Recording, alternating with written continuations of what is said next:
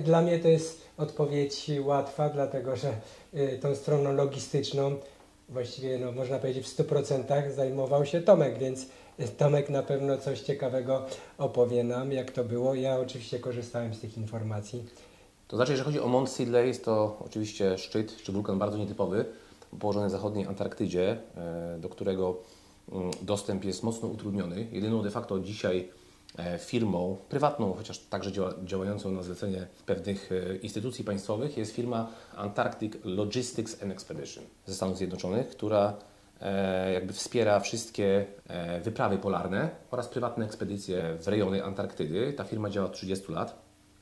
Jest firmą renomowaną, założoną przez 3 polarników, ludzi, którzy współpracowali z UK Antarctic Survey, z organizacją brytyjską, i są to osoby z Australii oraz z Wielkiej Brytanii, które podjęły się tak trudnej i nietypowej działalności, i ta firma ma swoją siedzibę, tak jak powiedziałem, w Salt Lake City w Utah, i można próbować się z tą firmą skontaktować i próbować zorganizować logistykę takiego wyjazdu albo w postaci niezależnego projektu, albo jakby wejścia w skład grupy, która co roku próbuje zaatakować ten szczyt. Z reguły odbywa się to w grudniu lub w styczniu. W przeciwieństwie do Winsona, który jest górą znaną i jakby lubianą wśród alpinistów, choćby z tego względu, że wchodzi w skład korony Ziemi, Mount Sidley jest górą nietypową i jest też górą trudniejszą w organizacji ekspedycji, więc jakby trzeba zająć się takim planowaniem, organizacją znacznie wcześniej, ponieważ chętnych jest coraz więcej. Mount Sidley jest górą rzadko wybieraną w kontekście wypraw, ponieważ jest w bardzo nietypowej lokalizacji w zachodniej Antarktydzie. Ciężko się tam dostać, nie mówiąc już w ogóle o przygotowaniach takiej ekspedycji, która jest totalnie niezależna i zdana sama na siebie. No ale w związku z tym, że w ostatnich latach jest duże zainteresowanie koroną wulkaniczną Ziemi, w skład której wchodzi właśnie Mount Sidley, coraz więcej osób interesuje się tym wulkanem, a do tej pory udało się go zdobyć od odkrycia, czyli od 1934 roku, w którym Richard Byrd, polarnik amerykański, odkrył tę górę, udało się zdobyć tylko około 90 osobom, więc jest to temat ciągle świeży i bardzo interesujący.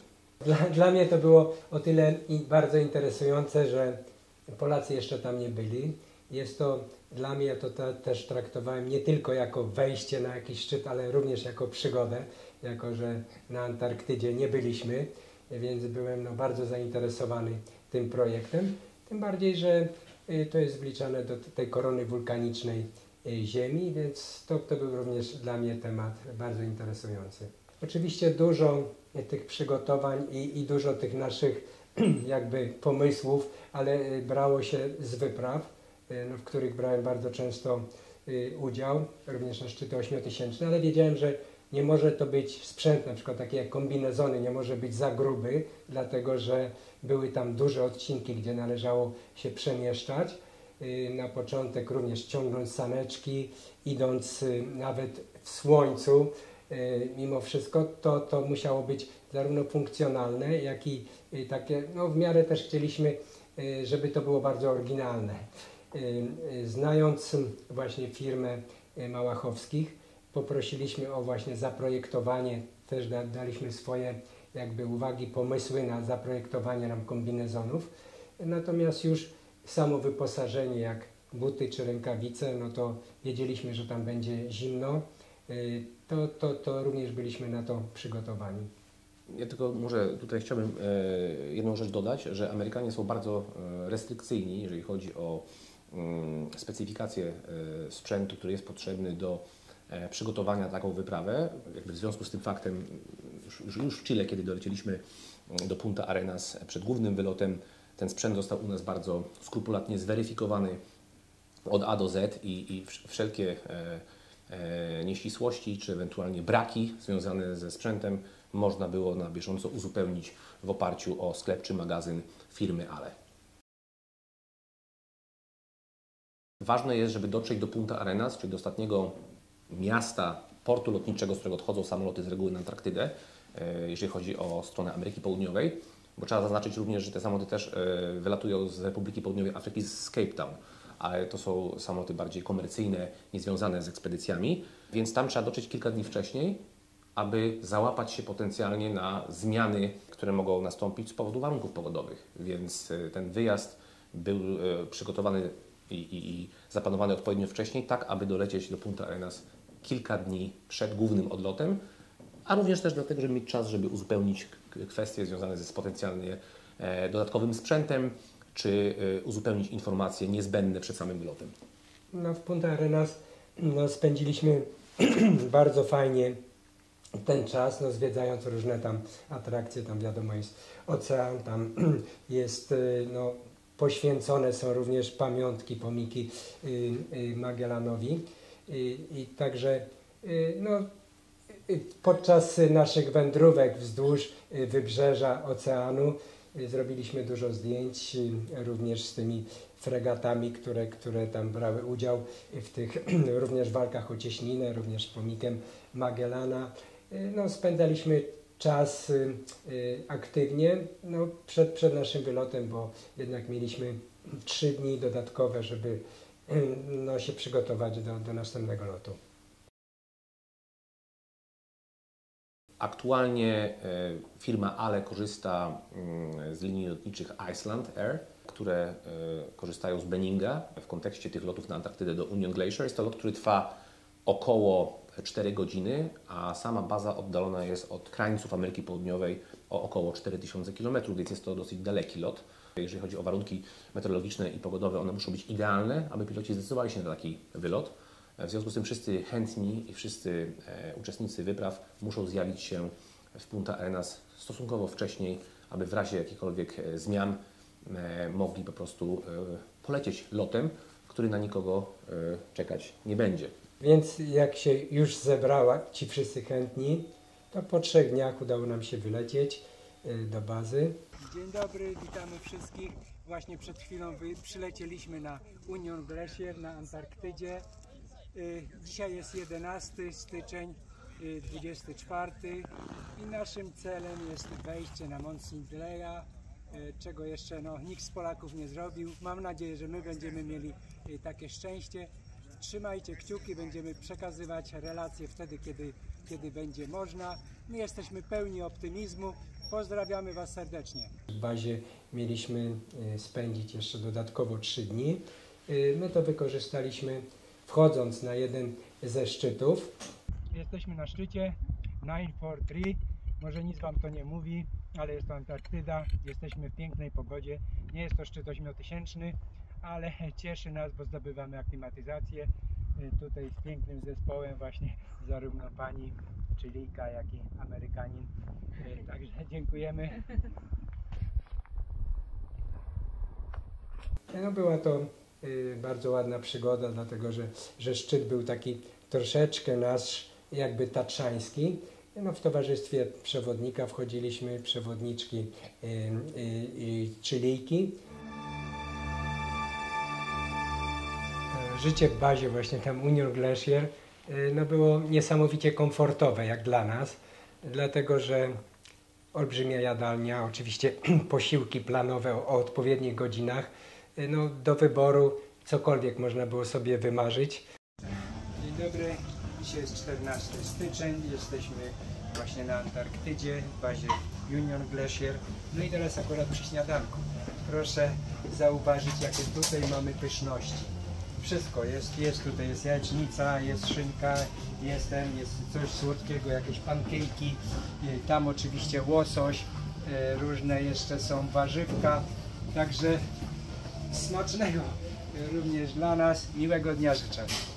W międzyczasie również to było otwarte dla każdego, że w każdej chwili, czy to nocą, czy wcześniej, przed tym między posiłkami można było sobie cokolwiek tam wziąć do jedzenia, do picia.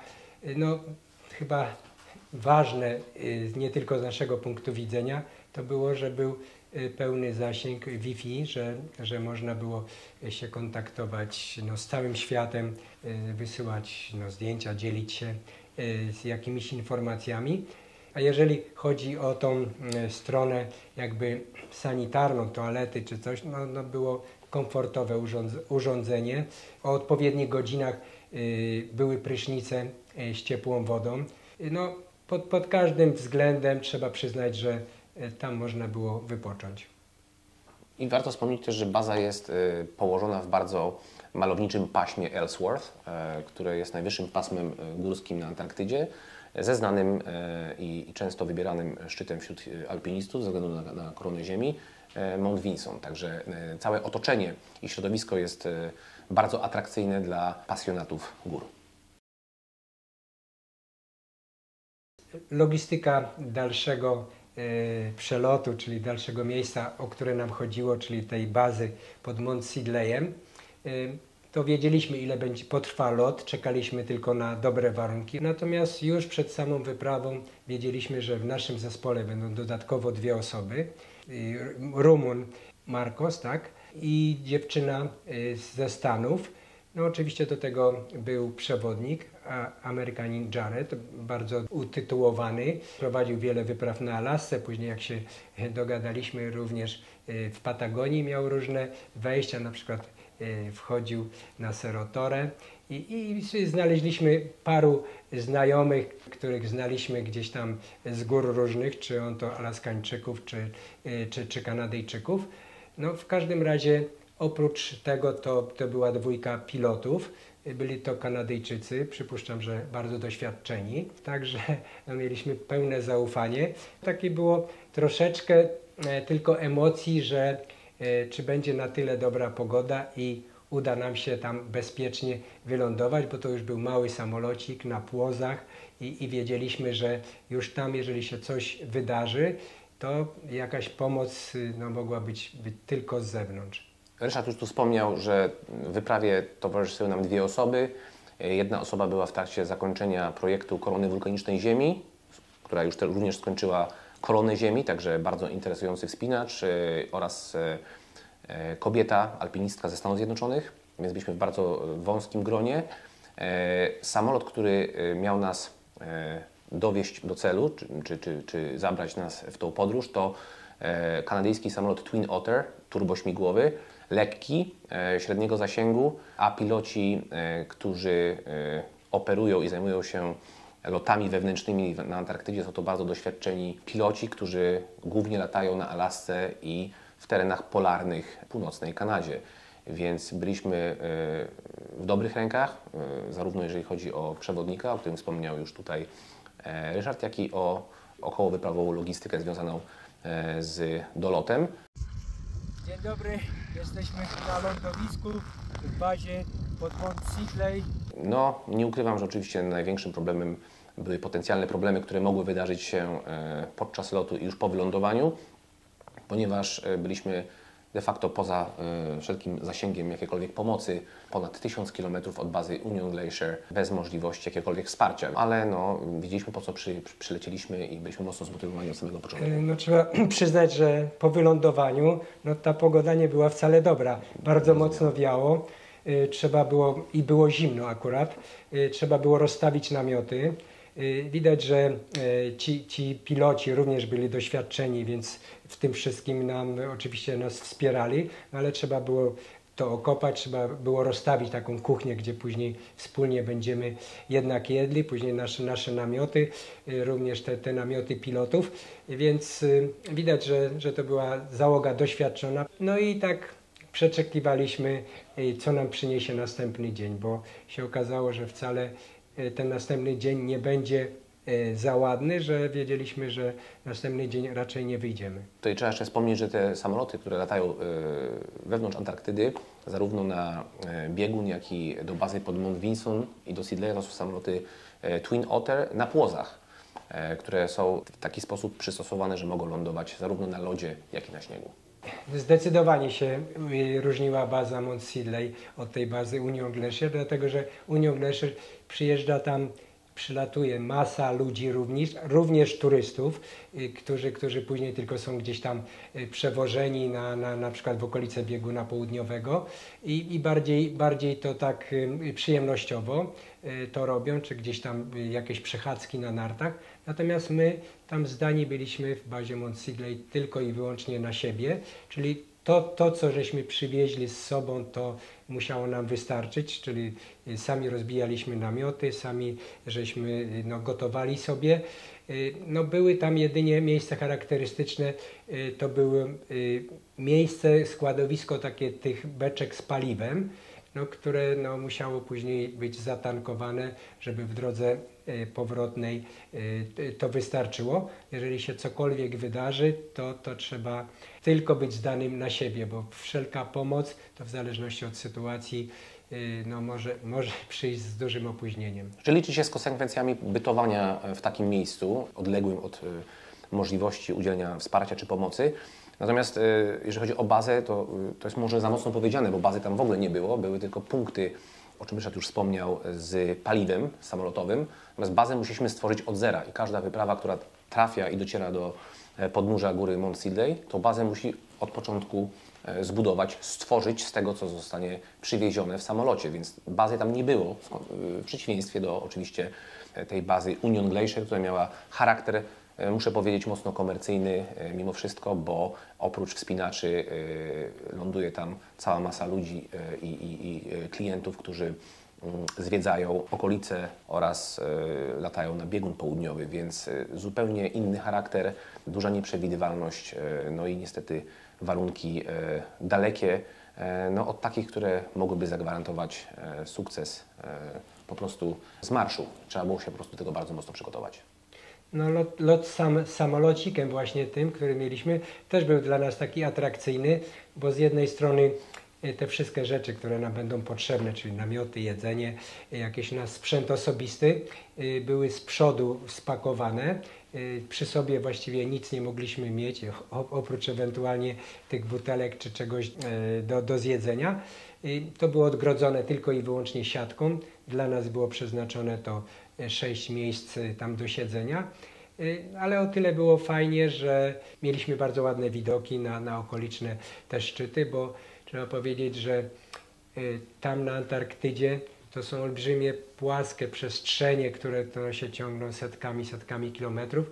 Natomiast na horyzoncie, o ile się ma szczęście, to właśnie są bardzo, bardzo ładne góry, takie dosyć nawet zaostrzone, nie takie pozaokrąglane jak u nas w Beskidach, tylko takie góry, które no być może ktoś też kiedyś będzie na nie próbował wchodzić. Jedynym zmartwieniem poza samym faktem nieprzewidywalności miejsca, do którego leciliśmy, była też informacja, że nie poleci z nami technik, ponieważ główny kapitan doszedł do wniosku, że samolot jest za ciężki ze względu na zapasy, sprzęt, prowiant, które zabraliśmy na wyprawę. Nie było miejsca dla mechanika, czyli w przypadku jakiegokolwiek problemu technicznego z samolotem, no, musielibyśmy oczekiwać, biorąc pod uwagę oczywiście dobre warunki pogodowe, jakiegoś wsparcia ponownego z bazy Union, co mogłoby zająć kilka dni, więc nie ukrywam, że trochę stresu mimo wszystko było. Zresztą trzeba powiedzieć, że jeszcze raz powtórzę, ci piloci, którzy byli z nami, byli fachowcami i już wrócę do drogi właściwie powrotnej, gdzie wróciliśmy. No i po krótkim spakowaniu się tych wszystkich rzeczy chcieliśmy wystartować.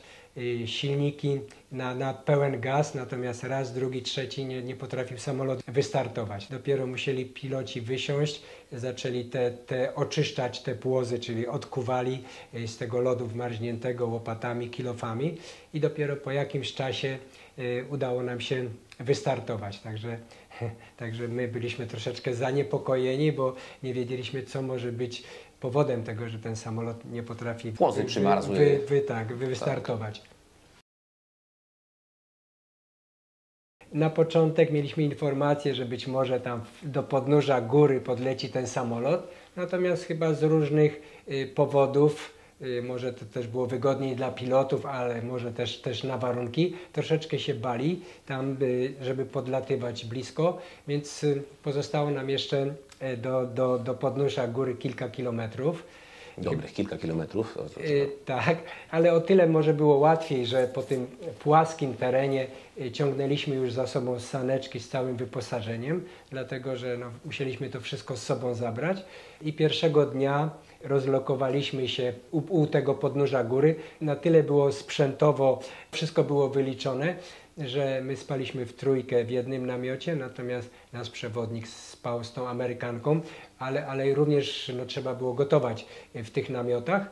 Natomiast już następnego dnia wszystko to musieliśmy zapakować na siebie, również tam te saneczki i podchodziliśmy do góry, do drugiego obozu, to było na wysokości około 3000 metrów, w dosyć dobrym miejscu, takim wypłaszczonym, a nawet tam się okazała, była odkryta częściowo skała. Udało nam się rozbić te dwa namioty, z czego byliśmy bardzo zadowoleni, że wszystko się układa.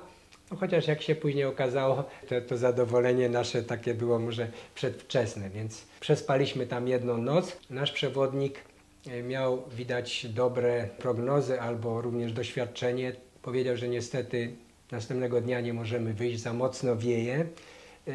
No, byliśmy troszeczkę już wtedy lekko zaniepokojeni, bo ten czas się bardzo skracał. No ale po jednym tym dniu przeczekiwania jednak wyruszyliśmy do góry. Tutaj przypomnę, że tam słońce nie zachodzi, więc wyruszyliśmy bardzo, bardzo wcześnie. No i trzeba przyznać, że na początek właśnie szliśmy oczywiście w każdym momencie byliśmy związani liną, bo jednak się obawialiśmy, że mogą być szczeliny, ale również pewne miejsca już później na podejściu, nawet jak to nie było bardzo mocne spiętrzenie, to były duże takie tafle wylodzone, duże przestrzenie wylodzone, że no jedno potknięcie się, mimo że każdy z nas miał założone raki, no to mogło powodować jednak duży upadek. No i było, jednak muszę powiedzieć, że było bardzo, bardzo zimno. I czym wyżej podchodziliśmy, to był o wiele silniejszy wiatr, także w kilku momentach się zatrzymywaliśmy, żeby się troszeczkę rozgrzewać, oczywiście napić. No tutaj podkreślę po raz któryś, że ten nasz przewodnik Jared był bardzo doświadczony, więc mówił, słuchajcie, idziemy godzinę, później robimy tam króciutką przerwę, napijemy się, idziemy dalej. No w tym momencie oczywiście się rozgrzewaliśmy, odchodziliśmy i nie były duże trudności techniczne, natomiast były duże przestrzenie i później czym wyżej byliśmy, to orientacja była trudniejsza, dlatego że te seraki, tam olbrzymie seraki, które były po obu stronach, mogły no, zdezorientować nas, natomiast widać, że przewodnik Jared miał dobre rozeznanie, no i wiedział, w którą stronę należy się kierować, żeby dojść do właściwego szczytu. To były tak typowe dla Mount Sidley tak zwane grzyby wulkaniczne ośnieżone, które właśnie tą dezorientację powodowały. Natomiast myślę, że cały problem tkwił w tym, że, o czym wspomniałeś wcześniej, sam atak szczytowy to było około 1400 metrów w pionie, rozłożone na dosyć duży dystans, który trzeba było pokonać w tym dniu, w którym wyszliśmy do szczytu. Ten dzień był obarczony trudnymi warunkami pogodowymi, bardzo mocno wiało, było około minus 35, być może minus 40 stopni i być może bez właśnie odpowiedniego przygotowania, nastawienia tej determinacji ten atak szczytowy byłby niepomyślny według mojej oceny.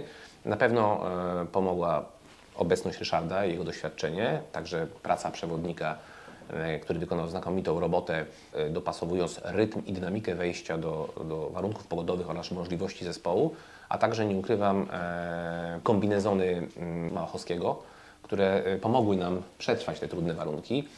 O czym też Ryszard wcześniej nie wspomniał, no buty na takich wyprawach to są buty na 8-tysięczniki, buty techniczne, bez odpowiedniego sprzętu, no mówię, zarówno który chroni stopy, dłonie, jak i twarz. Żadne wejście na Antarktydzie na wyższe szczyty no nie są możliwe po prostu, bo te warunki pogodowe są niewybaczalne.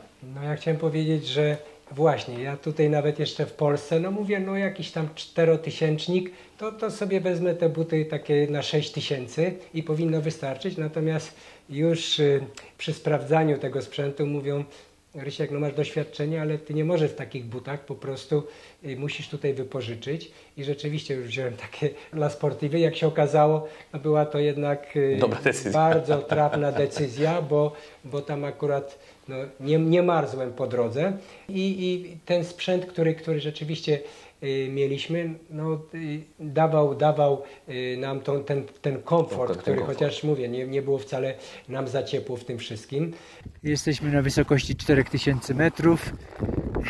Rano było bardzo źle, wiało mocno, było bardzo zimno.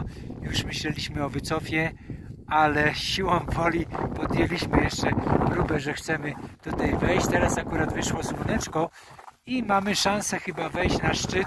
Tutaj partner mój wspinaczkowy na wulkaniczną koronę ziemi, Tomek Bryl. Tomek, pokiwaj tutaj do wszystkich. Jest dobrze, powolutku tutaj. Dobrze. Prosto, były ciężkie warunki, ale udało się jakoś przetrwać i staramy się jakby zakończyć tę misję i wejść na wierzchołek. Super.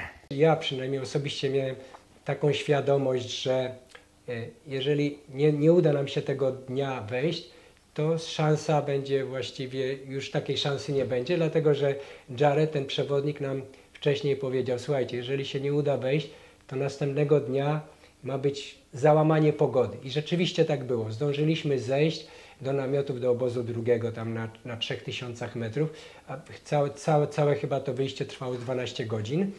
I rzeczywiście tak się pogorszyło, że namioty nam składało, że musieliśmy plecami trzymać, wychodzić na zewnątrz, czekanami właśnie dodatkowo jeszcze te linki wzmacniać. No i tam spędziliśmy 2 noce, także dopiero po tych 2 nocach, po 48 godzinach na tyle się pogoda poprawiła, że mogliśmy podjąć decyzję o zejściu. Zrobiliśmy to. Jesteśmy na szczycie Mount Sidleya. Wysokość 4285 metrów. Jesteśmy pierwszymi Polakami, a ja prawdopodobnie najstarszym człowiekiem na ziemi, jak dotychczas. Jest godzina 19, 17 styczeń, tak jak planowaliśmy. Ponieważ te warunki pogodowe były bardzo niesprzyjające, na szczycie spędziliśmy raptem 5-6 minut i przewodnik zarządził odwrót. Bardzo ciekawe uczucie, ponieważ przy ściągnięciu rękawiczek w przeciągu 5 minut, nawet może szybciej, no po prostu traciło się czucie w tych dłoniach i to nie pozwoliło też na obszerne czy spektakularne filmowanie ze szczytu, poza kilkoma ujęciami. Natomiast same doznania estetyczne bardzo ciekawe, bezkres, biel, bardzo ciekawy krater na Sidleyu, ale nie ukrywam, że po wejściu myśli wszystkich były skierowane w stronę powrotu do obozu drugiego i znalezienia się w miarę komfortowych warunkach w namiotach, co okazało się finalnie znowu problematyczne, ponieważ zaskoczyły nas bardzo trudne warunki przy zejściu i przez 2 dni walczyliśmy o utrzymanie obozu przed ostatecznie zejściem w kierunku samolotu u podnóża góry. Na zdjęciach może tego nie widać i również na tych krótkich filmikach, które były nagrane ze szczytu, ale rzeczywiście było bardzo zimno. Słońce było i to może powoduje to, że jest takie może inne odczucie. Natomiast ja miałem nawet z sobą małą kamerkę, którą nie odważyłem się wyjmować, tylko już nagrywaliśmy filmiki telefonem, bo wtedy blisko ciała trzymaliśmy ten telefon i na chwilę minutowe jakieś nagrania i z powrotem chowaliśmy. No ale wiedzieliśmy, że udało nam się, no byliśmy, rozpierała nas duma, radość i takie bardzo przyjemne podniecenie, więc w dół już to zejście już było o wiele szybsze, o wiele przyjemniejsze, także dostaliśmy się do tych naszych namiotów w obozie drugim. Na szczęście, tak jak powiem, tutaj jeszcze raz przypomnę, tam przez 24 godziny jest widno, więc na pewno nie musieliśmy się martwić o to, czy gdzieś tam zabłądzimy, bo z daleka nawet było widać nasze namioty, także doszliśmy do tej 2. Swoje, gdzie spędziliśmy później już w niepogodzie 2 pełne noce i cały dzień zamknięci właśnie w tych namiotach, wychodząc tylko, żeby tam poprawić na przykład te umocnienia namiotowe. Te czynniki, które w sposób obiektywny także pogarszają samopoczucie podczas takiej wyprawy na te szczyty na Antarktydzie, to bardzo suche powietrze, o czym często się nie mówi, inne ciśnienie, no i po prostu silne promieniowanie, prawda, które też potęguje te odwodnienie i utrudnia skuteczne poruszanie się, nawet w terenie, który nie jest specjalnie trudny techniczny, ale tak jak wspomniałeś, oblodzony, więc muszę przyznać, że te warunki były po prostu bardzo trudne, dlatego że były inne od tych, z którymi przyszło przynajmniej mi się spotykać w przeszłości na innych górach. No ja się troszkę obawiałem, żebyśmy nie załapali jakiejś infekcji, czy to infekcji gardła, czy coś, bo obserwując ludzi, ci, którzy tam działali nawet no, w bardziej przyjaznych warunkach, tylko od bazy gdzieś tam wylatywali, to dużo z tych ludzi właśnie miało infekcję gardła, kaszel i takie różne.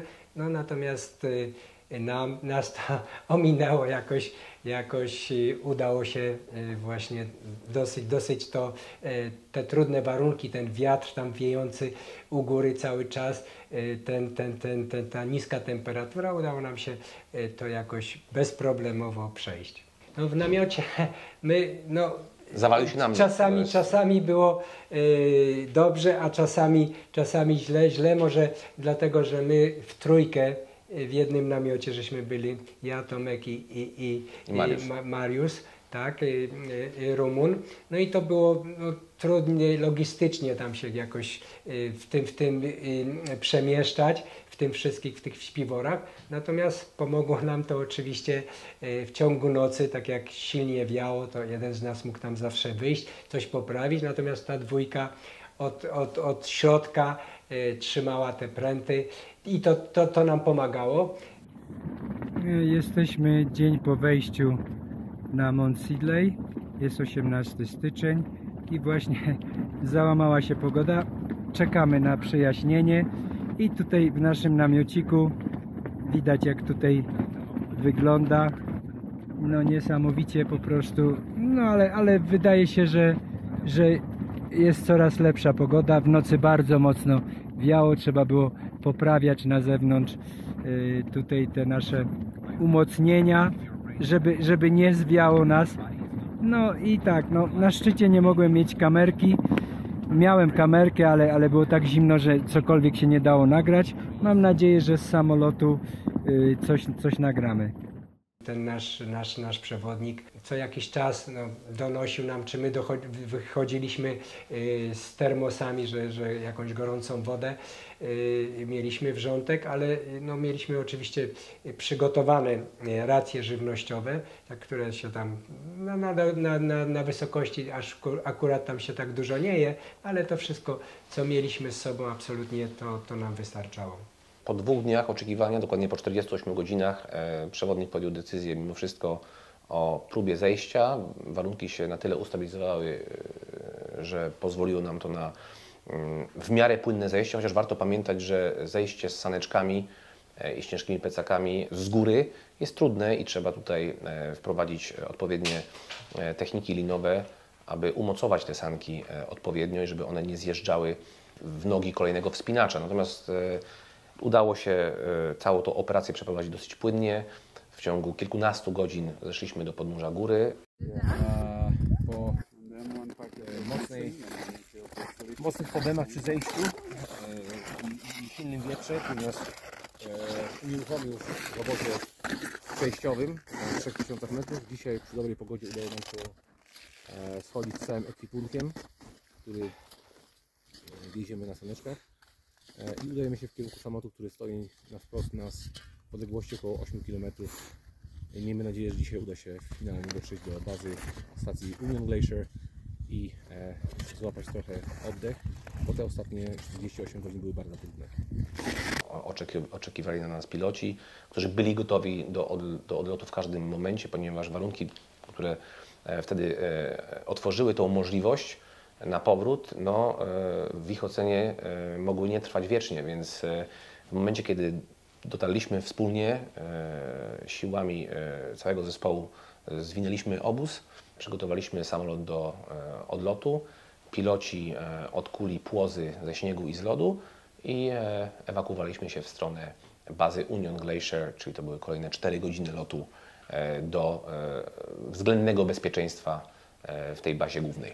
No ja jeszcze raz powtórzę, że dużo takich rzeczy, które nam się udało tam załatwić pozytywnie, głównie ta logistyka, ale później po drodze to wszystko, wiązanie tych na przykład saneczek, żeby z góry jak schodziliśmy z ciężarem, żeby nie najeżdżały na nogi, czy żeby tam nie skręcały, no to było doświadczenie, które miał chyba bardzo duże, bo był przewodnikiem wielokrotnie na Alasce, właśnie ten nasz przewodnik, który się nami opiekował, Jared. No oczywiście ja też byłem kilka razy na Alasce, więc również no, to było dla mnie jakoś, nie było to nowością, jak to należy kierować, ale rzeczywiście logistyka tam była bardzo ważna, żeby tych ludzi, ludzie żeby byli bezpiecznie związani liną, a jednocześnie niosący dosyć ciężkie plecaki i ten sprzęt, który był ciągniony na saneczkach. No, w sumie udało się zejść, także jak doszliśmy do samolotu, no nasi piloci byli przeszczęśliwi, bo wiadomo, każdy się cieszy również z sukcesem innych, ale że wreszcie mogą wylecieć, bo tam te kilka dni musieli w samotności spędzić też w namiocikach.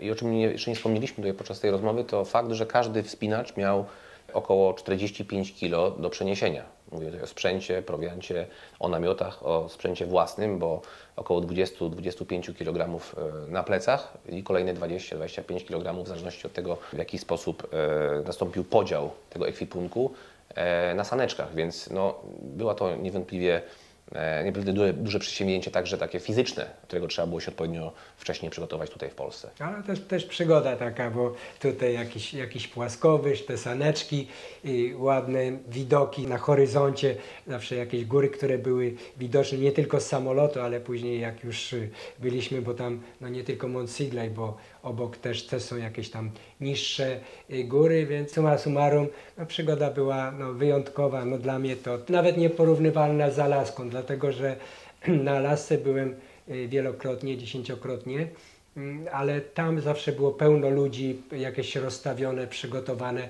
obozy, a tutaj byliśmy sami absolutnie dookoła żadnych widoków, żeby ktokolwiek był oprócz nas. No i tylko ten samolot stojący później w oddali na zejściu. No, robiło to niesamowite wrażenie i na pewno te widoki no, pozostaną przynajmniej u mnie do końca życia. Dla mnie to była piękna przygoda. Dla mnie ta wyprawa no, nie była trudną technicznie. Byłem na to byłem absolutnie przygotowany, że może być zimno, że możemy biwakować w trudnych warunkach, tak jak to miało miejsce w tym obozie drugim. Natomiast największym takim obciążeniem dla mnie to było ta nieprzewidywalność, że na początek czy uda nam się w odpowiednim czasie dolecieć tam, bo wiadomo, że ten czas był bardzo, bardzo limitowany i nie mogliśmy przekraczać pewnych tam, szczególnie chodziło o pogodę. Z drugiej strony na początek też obawiałem się, bo już dwukrotnie miałem przypadki, jak to wcześniej było, jakieś no, niezależne od nas, na przykład chorobowe, te obostrzenia covidowe. Dwukrotnie w takich sytuacjach byłem zarówno w Pakistanie, jak i w Nepalu, więc się obawiałem, że tutaj się też może coś wydarzyć. Natomiast to, że ewentualnie jeżeli uda się wejść, że będę najstarszym człowiekiem na świecie, to miałem tego świadomość, natomiast no cóż, no satysfakcja jest oczywiście, jak to zawsze, że można coś dokonać, jakby no, własny organizm, że na to pozwala. Natomiast no nie ukrywam, że chyba bym był bardziej zadowolony, jeżeli bym był najmłodszym Polakiem, bo miałbym przed sobą jeszcze to wszystko, co można zrobić, plany w głowie. Natomiast nie ukrywam, że w pełni byłem usatysfakcjonowany tą wyprawą.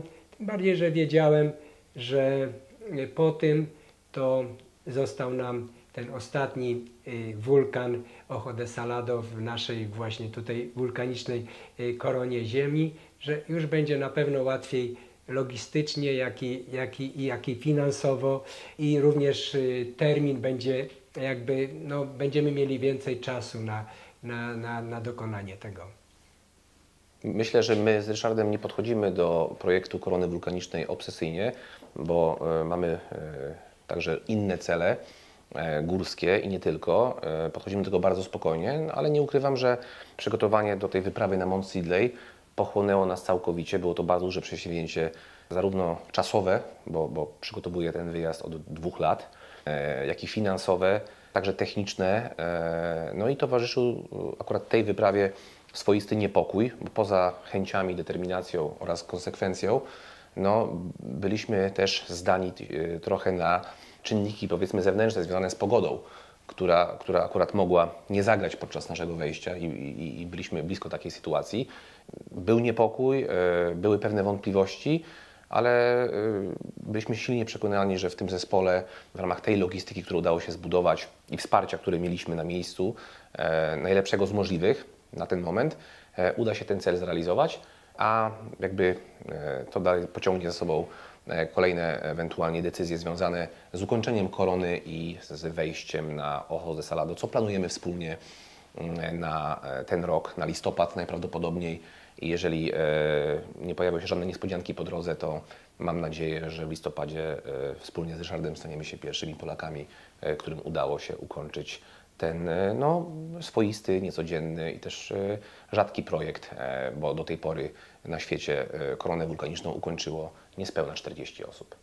No, dla mnie ten plan, który mamy już przygotowany w głowach, czyli nasz jesienny wyjazd do Ameryki Południowej, no, bardzo, bardzo mnie cieszy. Głównie dlatego, że z jednej strony no, mamy szansę zrealizować ten cel, czyli wejście na Ojos de Salado, czyli ten ostatni w tej koronie wulkanicznej wulkan. Natomiast przy okazji no, chcemy tam z różnych względów też być w okolicach Acongacuły, być może nawet na samej Aconcagule, że no również Tomkowi na tym zależy, że nigdy nie był w tych okolicach, więc jakoś sobie pogodzimy te plany.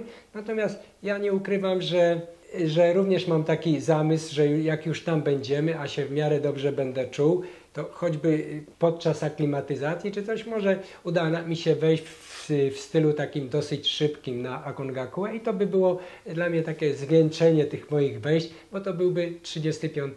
raz, że tam będę, a nie ukrywam, że Amerykę Południową, właśnie te okolice Acongacuły czy tych okolicznych szczytów bardzo, bardzo lubię i mam nadzieję, że ten plan na pewno będziemy chcieli zrealizować.